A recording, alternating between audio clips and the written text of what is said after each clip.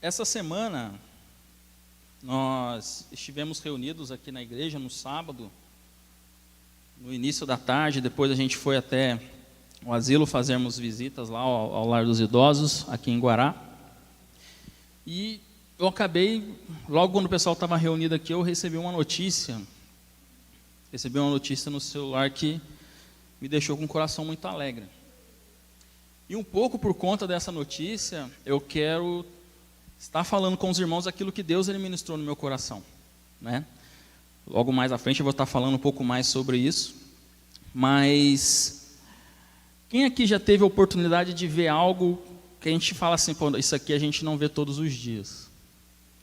Ou então a gente olha e fala, nossa, eu acreditava que isso aqui nunca poderia acontecer, né? Eu me lembro de uma vez, lá onde eu e a Val nós morávamos, em Guajará-Mirim. Eu me lembro que lá tinha uma rádio da cidade, em que toda a comunicação da cidade era feita por aquela rádio. Parece que, de uma certa forma, eles usavam ali, porque tinha locais que não tinham telefone, não tinha sinal, então o pessoal ligava para a rádio, dava recado, falava assim, ó, avisa a Dona Maria que eu vou estar no posto 7 esperando ela passar às 2 horas da tarde. Daí falava na rádio, ó, seu João, lá do posto 7, pediu para avisar que 2 horas da tarde ele vai estar lá esperando essa hora passar. E assim era. E uma certa vez a Val estava ouvindo o rádio ali, e ela ouviu sobre o falecimento de uma senhora na cidade de Porto Velho, e seria velada em Guajará-Mirim. Então, o rapaz do rádio falou assim, olha, a senhora fulano de tal, infelizmente, veio a óbito, né? E no dia de hoje, e ela vai ser velada na igreja Assembleia de Deus, amanhã, a tal hora, os familiares, comunica a cidade e tal, pá, beleza.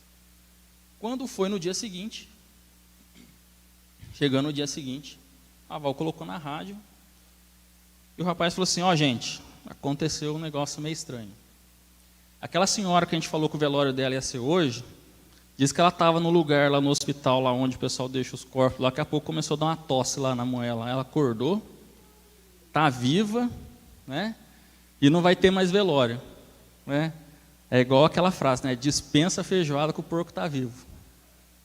Ou seja, algo que não é comum a gente ver todos os dias, né? E exatamente por conta desse acontecimento comigo nesse final de semana, eu me lembrei dessa história, eu fui me lembrando dessas coisas. Conversando com o Roberto também essa semana, ele me contou coisas maravilhosas sobre a vida dele. Se você tiver 5 minutinhos ou 10 minutinhos para conversar com o irmão Roberto, eu tenho certeza que você vai sair edificado da conversa. Porque é cada bênção que Deus fez na vida dele já e continua fazendo que a gente sai maravilhado. E por conta disso, eu escolhi esse texto aqui para a gente estar dando início, que se encontra no livro de João, capítulo de número 11, versículos de 38 a 44. João, capítulo de número 11, versículos de 38 a 44, que vai dizendo assim: Jesus ficou outra vez muito comovido. Ele foi até o túmulo, que era uma gruta com uma pedra colocada na entrada, e ordenou: tirem a pedra. Marta, a irmã do morto, disse: Senhor, ele está cheirando mal, pois já faz 4 dias que foi sepultado. E Jesus respondeu: eu não lhe disse que, se você crer, você verá a revelação do poder glorioso de Deus? Então tiraram a pedra. Jesus olhou para o céu e disse: Pai, eu te agradeço, porque me ouviste. Eu sei que sempre me ouves, mas eu estou dizendo isso por causa de toda esta gente que aqui está, para que eles creiam que tu me enviastes. Depois de dizer isso, gritou: Lázaro, venha para fora. E o morto saiu. Os seus pés e as suas mãos estavam enfaixados com tiras e pano, e o seu rosto estava enrolado com um pano. Então Jesus disse: desenrolem as faixas e deixem que ele vá. Ainda mais um texto em Lucas, capítulo de número 1, versículo 37, vai dizendo: porque para Deus nada é impossível, né? Essa história de Lázaro, eu acho assim que é uma das histórias assim, mais fortes, a questão de milagres que a gente vê no ministério de Jesus. Porque ele não só realizou um milagre, mas um milagre após 4 dias já haver decretado o fim daquela vida, né? E com isso, o tema de hoje é: o que é impossível? Né? O que é impossível? Alguém sabe dizer o que significa a palavra impossível? Alguém arrisca? Pode ser um de cada vez. Não precisa ser todo mundo junto. Impossível significa aquilo que não é possível, né? Que não tem possibilidade, que não é realizável, que não pode ser feito, que é impraticável, inviável e irrealizável. Ou seja, o impossível é algo que não pode acontecer, está fora dos padrões de acontecer. É algo que a gente pensa assim, isso não vai ser assim e pronto. Isso é algo impossível. Mas como a gente leu ali em Lucas 1,37, falando porque para Deus nada é impossível, é algo muito interessante, porque quem testifica isso é um anjo, falando a Maria, quando fala que ela dará à luz. Ele fala para ela, porque para Deus nada é impossível. Então ela crê que ela receberá ali a Jesus. Mas, por muitas das vezes, a gente deixa que aquilo que está ao nosso redor, as circunstâncias que estão ao nosso redor, as coisas que estão ao nosso redor, faça com que a gente pense que realmente é impossível certas coisas acontecerem. A gente não imagina que Deus é capaz de realizar coisas tão grandes, tão imensas, tão assim, fora da realidade, né? Imagine aquilo que eu acabei de falar aqui daquela irmã. Aquela irmã recebeu o atestado de óbito, e no dia seguinte, ela estava lá, começou a tossir e voltou à vida. Eu fico imaginando quem deu de frente com ela a primeira vez que ela começou a tossir ali. O susto que aquela pessoa levou. Não sei o que ela pensou, sai correndo, se isso aqui estou vendo mesmo, estou ficando louco, é isso, é aquilo, mas o interessante é que o impossível ali se realizou. E eu creio que existiam pessoas orando para que isso acontecesse, porque, igual a avó costuma falar, ela iria ser velada na Assembleia de Deus. Então acredito que os familiares eram familiares de oração que acreditavam que algo podia acontecer, e realmente aconteceu. Mas quando eu olho também para esse texto que nós lemos de Lázaro, eu vejo algumas circunstâncias que as pessoas que estavam ali em volta de Jesus também pararam e pensaram assim, poxa, será que realmente vai acontecer? Eu acho que dessa vez não vai acontecer. A gente voltando a alguns versículos anteriores, ali em João 11 mesmo, os versículos de 34 a 37, vai dizendo o seguinte, e perguntou, onde foi que vocês o sepultaram? Venha ver, Senhor, responderam. Jesus chorou. Então as pessoas disseram, vejam como ele amava Lázaro. Mas algumas delas disseram, ele curou o cego. Será que não poderia ter feito alguma coisa para que Lázaro não morresse? Então nós vemos ali que Jesus, ele demonstra sentimento ali naquele momento, ele chora. E depois fala que ele, mais para frente, fala que ele com comoção, então, foi novamente ali para aquele lugar onde ele estava enterrado, que nós lemos lá em cima. E aquelas pessoas ficavam assim, poxa, se ele tivesse vindo antes, se ele curou cego, se ele fez paralítico andar, se ele fez pessoas doentes serem curadas, ele poderia ter feito com Lázaro também. Mas agora Lázaro já se foi, Lázaro já morreu. E nós começamos a colocar coisas diante de nós que impossibilita que a gente veja o agir de Deus. Nós colocamos o quê? Ele já se foi, já deu tempo, já tem 4 dias. E Jesus está chorando, porque se Jesus pudesse fazer alguma coisa, ele não estava chorando. Ele não estava entristecido. Ele não estava da maneira como ele estava. Mas nós vemos que mesmo assim, Jesus, ele vai lá e ordena que Lázaro saia para fora. e ali o milagre acontece. Então a pergunta que fica é: o que é impossível para Deus? O que é impossível? Sendo que até aquele que não tem vida, Jesus, Deus, faz tornar a vida novamente. Quem dirá as circunstâncias das nossas vidas que acontecem no nosso cotidiano, que Deus poderá realizar, e Ele realiza. E por conta disso, dessas circunstâncias, alguns pontos que me chamaram a atenção, me fizeram refletir a questão disso. O que faz a gente pensar que as coisas podem se tornar impossíveis? E a primeira coisa que veio na minha cabeça é a questão do medo. O medo, ele pode ser tanto nosso aliado, quanto nosso pior inimigo, né? Por exemplo, eu sei que se eu subir numa escada de 20 metros de altura, sem nada para me segurar, pode acontecer alguma coisa eu cair. Então eu tenho medo de cair, então vou tomar todas as precauções possíveis para que, caso alguma coisa aconteça, eu tenha ali um escape, algo de segurança, né? Se eu estou andando de barco, eu tenho medo de me afogar. O medo então vai me fazer usar um colete salva-vidas ali, uma boia, alguma coisa assim, né? Mas também o medo, ele pode causar coisas terríveis dentro de nós.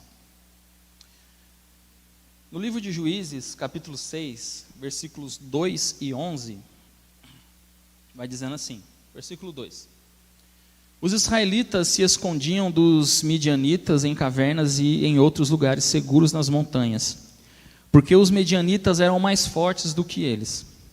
Versículo 11: Então, o anjo do Senhor veio e sentou-se debaixo de um carvalho que havia perto do povoado de Ofra. Esse carvalho pertencia a Joás, que era da família de Abiezer.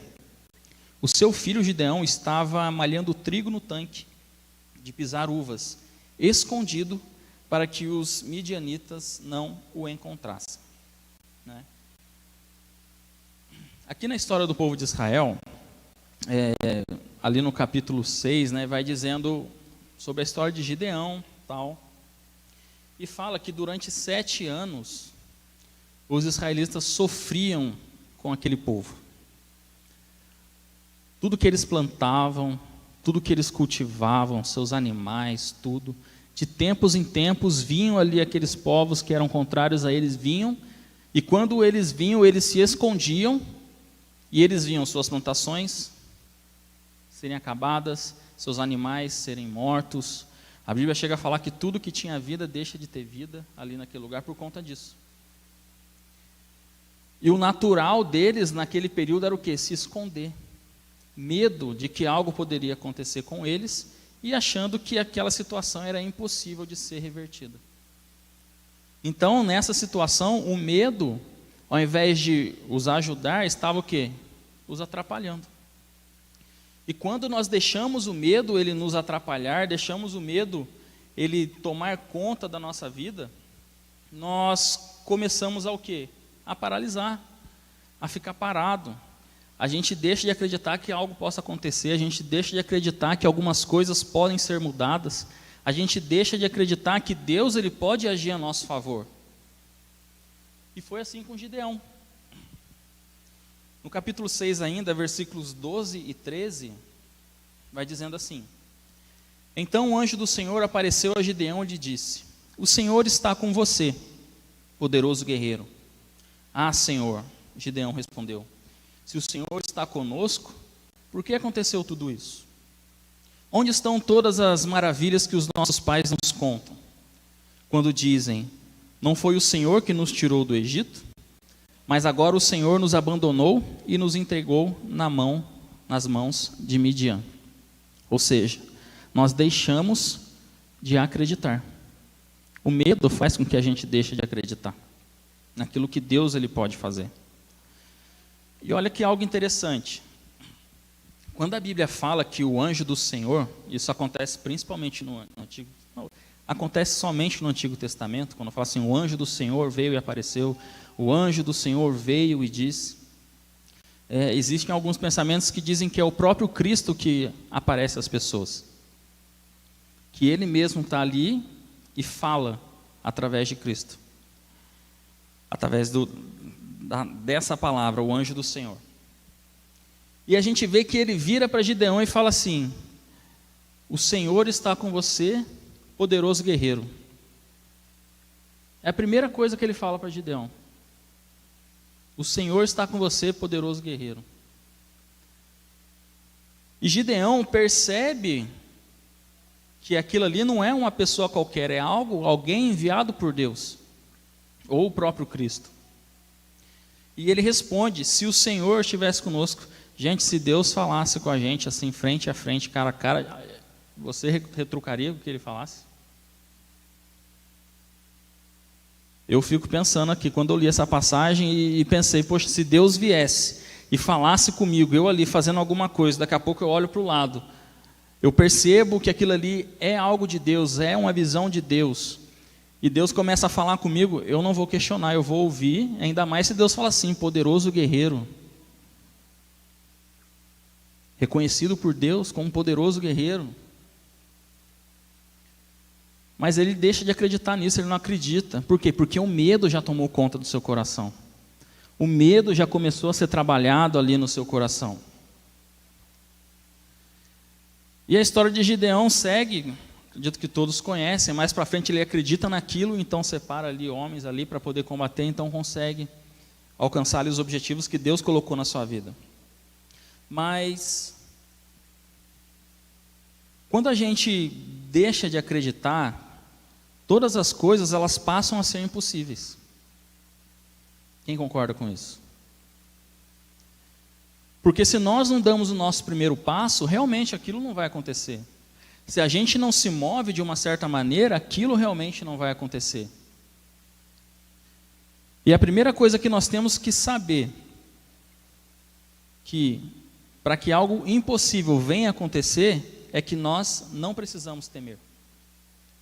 A gente não precisa ter medo, a gente não precisa temer, a gente não precisa agir de maneira para se esconder. Não, eu estou com medo, eu vou me esconder. Não precisa. Porque Deus ele está conosco a todo tempo, a todo instante, Ele vai nos ajudar. E existem 3 motivos que eu quero pontuar aqui do porquê nós não precisamos temer. O primeiro motivo é que Deus ele é nosso protetor. Em Salmo 23, 4 vai dizendo: ainda que eu ande por um vale escuro como a morte, não terei medo de nada, pois tu, ó Senhor Deus, está comigo. Tu me proteges e me diriges. Ele é nosso protetor. Eu tenho medo que algo aconteça comigo, mas o Senhor, Ele é aquele que vai na nossa frente, o Senhor é aquele que nos protege. Esse Salmo 23, quando o salmista fala exatamente, ainda que eu ande pelo vale escuro como a morte, eu não terei medo. É como se nós andássemos realmente em direção à morte, em direção a algo que é impossível que a gente saia daquele momento ali, impossível que a gente saia daquele local ali. Mas ele garante e ele testemunha isso, que o Senhor estava ali com ele e que Ele o protege, que Ele o dirige. O Senhor nos protege, o Senhor nos dirige, o Senhor nos orienta. E um outro ponto para a gente não temer: o Senhor ele nos encoraja e nunca nos abandona. Deuteronômio 31:8 vai dizendo: o próprio Senhor irá à sua frente e estará com você. Ele nunca o deixará, nunca o abandonará. Não tenha medo, não desanime. A todo tempo Ele procura nos encorajar. Uma maneira bacana de Deus se mostra assim nos encorajando, através dos testemunhos. Através do que Deus faz na vida de alguém que está próximo ou não próximo, a gente escuta, a gente ouve falar.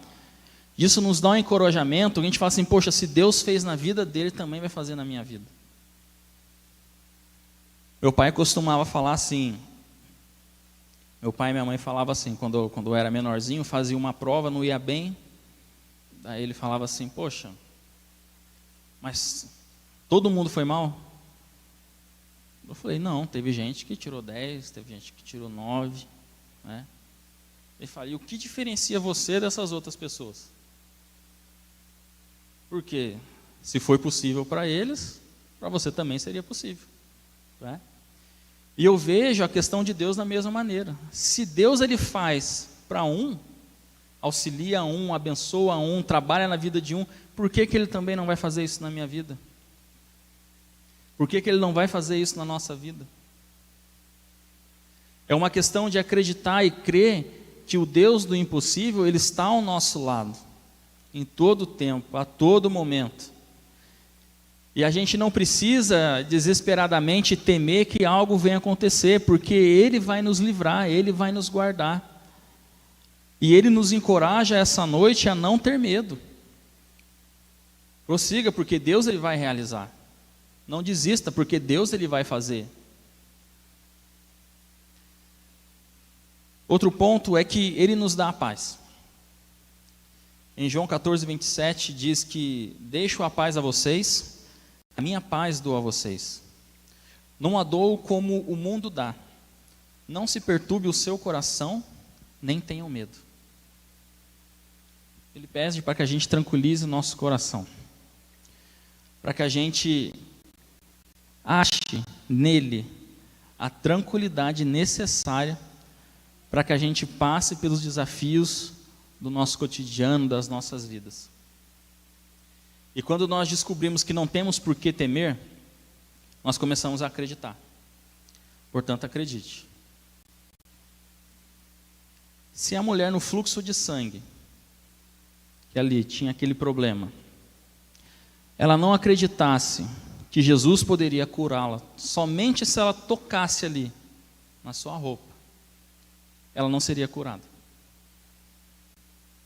Se o cego de Jericó não acreditasse que aquele homem que estava passando ali era Jesus, que fazia milagres, e ele não viu, ele ouviu, mas ele acreditava, então ele gritava. Se ele não acreditasse e não clamasse ali por Jesus, ele estaria cego até hoje.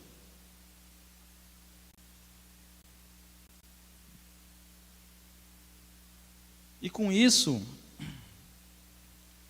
nessa questão de acreditar, foi quando eu recebi a ligação, no sábado. Recebi a ligação, recebi uma mensagem. Há mais ou menos uns 2 meses atrás, eu recebi uma notícia no trabalho, em que eu teria que mudar o horário do meu trabalho, e isso seria totalmente, não teria como fazer ajuste, não teria como fazer nada. Eu sairia do meu trabalho às 7 horas da noite. Isso a contar de 1º de julho, de sexta-feira passada. E o meu coração ficou muito assim, porque eu pararia de vir nos cultos de quarta-feira, pelo menos. Porque saindo do trabalho às 7 horas da noite, só conseguiria pegar um ônibus na rodoviária às 8h15 da noite, e ia chegar aqui em Guará às 10h15, 10h30 da noite. Ia chegar aqui para dormir, para no outro dia, 9 horas da manhã, sair de novo. Então ficaria, a questão familiar também ficaria muito complicada. E quando eu recebi essa notícia, o meu chefe falou assim, infelizmente eu não posso fazer nada, eu vou dar para vocês 1 mês para vocês se adequarem aí a esse novo horário aí, desse cotidiano, para ver o que vocês podem fazer. Enquanto isso, você pode continuar trabalhando no horário que você trabalha. E nisso, orei a Deus, entreguei a Deus a situação, conversei com a Val, conversei com algumas pessoas, e eu tranquilizei meu coração, fiquei tranquilo. E tinha um conhecido meu que também ia sofrer também com isso, e ele sempre foi assim um pouco apavorado assim. E ele falava assim, e aí Bruno, o que a gente vai fazer, cara? E agora o que a gente vai fazer? Vamos começar a ir de carro, vamos começar a ir de ônibus. Eu falei assim, cara, calma, tem 1 semana só, calma, tem muito tempo ainda para a gente pensar. Não, a gente já tem que pensar, porque é isso, que é aquilo, porque não tem como a gente fazer e tal. Acho que o Tá sabe quem que é o nosso colega lá. E aí eu falava assim, cara, fica tranquilo, fica calmo. Na hora certa, vai acontecer. Passou 1 semana, passou 2 semanas, faltando 2 semanas para a gente poder começar a completar o horário. Daí ele falou assim, não, eu já estou arrumando um jeito já, tal. Eu falei, cara, falta 2 semanas ainda. Não, mas faltava um mês, agora falta 2, você está muito tranquilo, você deve ter uma cartada na manga, não é possível, pô. Você deve ter alguma influência aí, não é possível, pô. Eu falei assim, eu creio em Deus, Ele pode fazer alguma coisa. E nisso foi. E há uns 15 dias atrás, mais ou menos, perguntei para o meu chefe, e aí, chefe, como é que ficou lá a situação do horário? Não vai ter jeito mesmo, recebi um e-mail ontem determinando que vocês teriam que cumprir esse horário, não vai ter como mexer, tal. Mas eu vou tentar segurar, vou segurar um mês mais vocês. Então, a partir de 1º de agosto, vocês cumprem esse horário. Mas de lá para frente, não vai ter jeito. Aí, cheguei em casa, conversei com a avó de novo, tentei falar lá, e não deu certo. Daí, na semana passada, no trabalho, tem o trabalho da assistência social, que é onde você vai, conversa sobre algumas questões no trabalho, que pode influenciar a família, pode influenciar rendimento no trabalho. Eu falei assim, um não eu já tenho, né? Vou lá conversar. Cheguei na assistente social, falei para ela sobre todas as coisas e tal. Ela falou assim, infelizmente, nesse caso, eu não posso fazer nada. Não, você não é o único que está nessa situação, tem mais pessoas nessa situação. E o que eu posso falar para você é, tenta dar um jeito, aí que menos impacte a sua vida, e vá trabalhando nisso. Isso na sexta-feira. Quando eu cheguei em casa, mais uma vez, falei com a avó, falei com a assistente social, falou que não vai ter jeito mesmo, mas Deus sabe de todas as coisas, está na mão de Deus. Quando eu cheguei aqui no sábado, a gente estava aqui um pouco antes de orar, para a gente poder sair para o asilo, recebi uma mensagem, olhei assim a mensagem dizendo assim, a partir de 1º de agosto, o horário que seria alterado para tal horário não será mais. Daí embaixo está escrevendo assim, cumpra-se. Ou seja, Deus agiu para que não precisasse mais alterar aquela situação, né? Ou seja, Deus agiu no impossível. Eu vejo isso, né? E é interessante que aquele colega meu todo apavorado, né, me mandou mensagem, acho que uns 15 minutos depois, quando o telefone começou a tocar, a gente já estava saindo, eu olhei e vi que era ele, não dava para atender, guardei, depois mandei mensagem para ele, falou assim, você viu lá, rapaz, o que aconteceu? Eu falei, vi, pô. Nossa, ainda bem que você falou para eu não fazer nada mesmo, senão eu não sei como é que eu ia fazer. Eu falei que era para esperar, né? Ou seja, quando nós acreditamos, quando nós confiamos, não é com as nossas mãos, não é eu vou correr atrás para que tudo aconteça, não. Espere em Deus, confie em Deus, acredite que Deus Ele vai fazer. Porque tudo que é possível está nas nossas mãos. O que era possível eu fiz. Conversei com o meu chefe, conversei com a assistência social. Não deu? Amém. Deus Ele sabe o melhor. Eu até cheguei a comentar com o Vanderlei sobre isso. E quando nós esperamos em Deus, nós sabemos que tudo pode acontecer. E quando a gente vê isso, a gente pensa nisso, que Deus Ele está com a gente a todo tempo, que Deus Ele está conosco a todo tempo, nós começamos a imaginar o que seria impossível para Deus, já que Ele abriu o mar. Pensa bem, Deus abriu o mar, o que seria impossível para Ele? Êxodo 14, 21 a 22, já dizendo, Moisés estendeu a mão sobre o mar, e Deus o Senhor com um vento do leste muito forte fez com que o mar recuasse. O vento soprou a noite inteira e fez o mar virar terra seca. As águas foram divididas e os israelitas passaram pelo mar em terra seca, com muralhas de água nos dois lados. Se Deus abriu o mar, o que Ele pode fazer nas nossas vidas? Não é? Tem uma passagem que fala que Deus fez o sol e a lua parar. Essa passagem está lá em Josué 10, versículos 12 e 13, que vai dizendo, no dia que o Senhor deu a vitória aos israelitas, na luta contra os amorreus, Josué falou com ele, e na presença dos israelitas disse, sol, fique parado sobre Gibeão, lua, pare sobre o vale de Ajadom. O sol ficou parado e a lua também parou, até que o povo se vingou dos seus inimigos.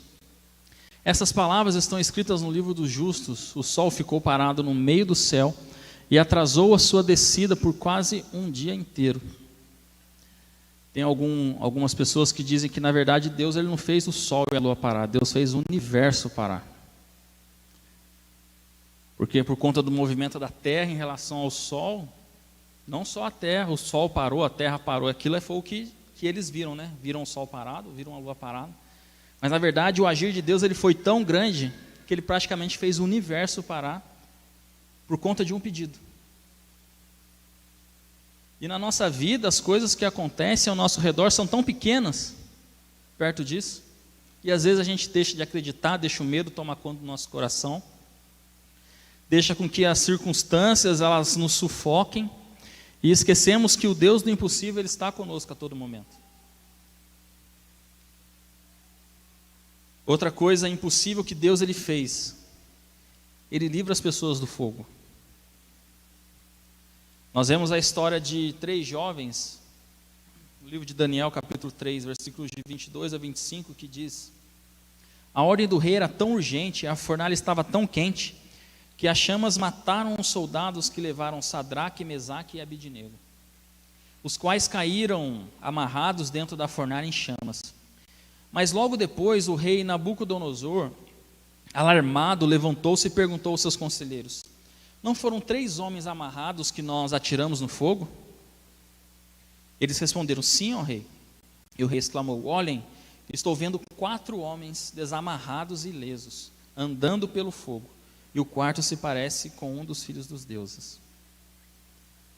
Deus ele faz o impossível também no meio do fogo. É impossível eu ler essa passagem e não me lembrar das pessoas que eram jogadas ali, perseguidas no Coliseu. Existe um livro que chama Os Mártires de Coliseu. Se você tiver a oportunidade de ler, leia. Que é um livro que a gente olha que realmente assim, poxa, aquelas pessoas tinham verdadeiramente fé em Cristo. Fé no que Jesus poderia fazer. Existem histórias que as pessoas eram jogadas ali naquele lugar. Os leões, as feras, famintas de dias, quando eram lançadas sobre eles, nada acontecia. O Senhor os livrava. Pessoas que eram lançadas em tachos de óleo fervente, jogavam elas ali dentro, fechavam aquele lugar como se fosse uma panela gigante, tateavam fogo naquilo, e quando abriam a panela a pessoa estava ilesa lá dentro, viva, glorificando a Deus. E tudo isso por não negar o nome de Cristo. Deus os guardava, Deus os livrava, Deus estava com eles, e mesmo na morte, eles glorificavam a Deus por isso. Alguns queriam realmente se martirizar para provar realmente que a fé deles era tão grande em Jesus, era tão grande em Cristo, que nem algo que viria e destruísse as suas vidas seria capaz de tirar aquilo que ele tinha nos seus corações. E era impossível aquelas pessoas tirarem isso de seus corações. Então, quando nós vemos essas ações de Deus, como nós dizemos aqui, abriu o mar, né? Fez o sol parar, esteve com aquelas pessoas no fogo, esteve com aquelas pessoas ali naquele lugar onde eles foram lançados para serem mortos. Quando nós vemos essa ação, nós podemos dizer o que é impossível. Quando nós acreditamos e confiamos em Deus. O que é impossível quando a gente abre mão do nosso eu, abre mão de agirmos com as nossas próprias mãos e começamos a confiar, em acreditar, em não ter medo. Começamos a declarar que Deus, Ele é o Deus que está conosco a todo tempo, que vai nos ajudar, que vai nos livrar, que vai fazer alguma coisa. Quando nós começamos a fazer isso, nós podemos dizer, nada é impossível para Deus. E mesmo que não venha acontecer, nós temos que ter certeza no nosso coração que Deus ele tem o melhor para as nossas vidas. O que eu acho muito bonito, né, em relação a Sadraque, Mesaque e Abidnego, é que quando eles são obrigados ali a adorarem outro Deus, eles pegam e fazem que não, nós não vamos fazer isso. A gente pode ser jogado lá, a gente pode atear fogo da gente, que a gente acredita que Deus vai nos livrar. Mas mesmo que Ele não nos livre, a gente vai continuar adorando Ele e agradecendo a Ele por tudo. E é assim que nós temos que ter a nossa vida, temos que ser com as nossas vidas. Não importa tudo que está ao nosso redor, o que importa é quem está conosco ao nosso redor. E o nosso Deus, Ele está conosco todos os dias, a todos os instantes, a todos os momentos. E como nós cantamos aqui que não há lugar melhor para estar senão aos pés de Jesus, quando nós estamos aos pés de Jesus, Ele nos protege de todo mal, nos protege de todo perigo, a todo instante. E para finalizar, tem uma pergunta para fazer. O que é impossível? Depende da nossa perspectiva, depende do ponto de vista. Se depender de mim, muita coisa é impossível. Mas quando nós confiamos em Deus, é igual aquela imagem lá. Ele passa uma borracha e o que era impossível se torna possível.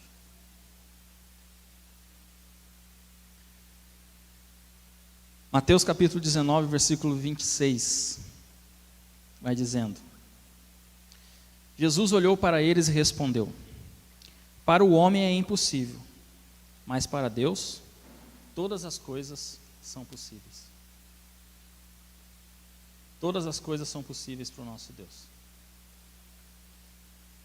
Todas as coisas são possíveis, basta que a gente creia, basta que a gente acredite, basta que a gente confie na sua ação. Amém? Eu queria que os irmãos guardassem essa imagem mesmo no coração de vocês. Quando eu mandei essa imagem hoje de manhã para o Renan, eu estava dando uma repassada aqui na mensagem. Daí eu fiquei pensando, poxa vida, como Deus Ele transforma algo que é impossível e possível.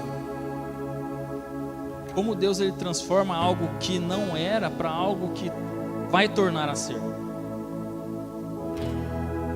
E isso ficou ali no meu coração e eu fiquei matutando, e quando eu fui procurar a imagem e eu vi isso daí, eu falei, poxa, é exatamente isso. Ele vem como se fosse mesmo ali com a borracha ali e começa a escrever novamente a nossa história, começa a escrever novamente aquele capítulo dali para frente. Quando as circunstâncias vão dizendo que nada pode acontecer, que nada pode mudar, que não vai ter jeito, a partir daqui, é daqui para lá e não tem mudança alguma. Para nós pode não ter mudança alguma. Mas quando nós confiamos em Deus, entregamos a Ele, aquilo passa a ser modificado, porque Ele está junto conosco e Ele nos ama. Vamos colocar de pé?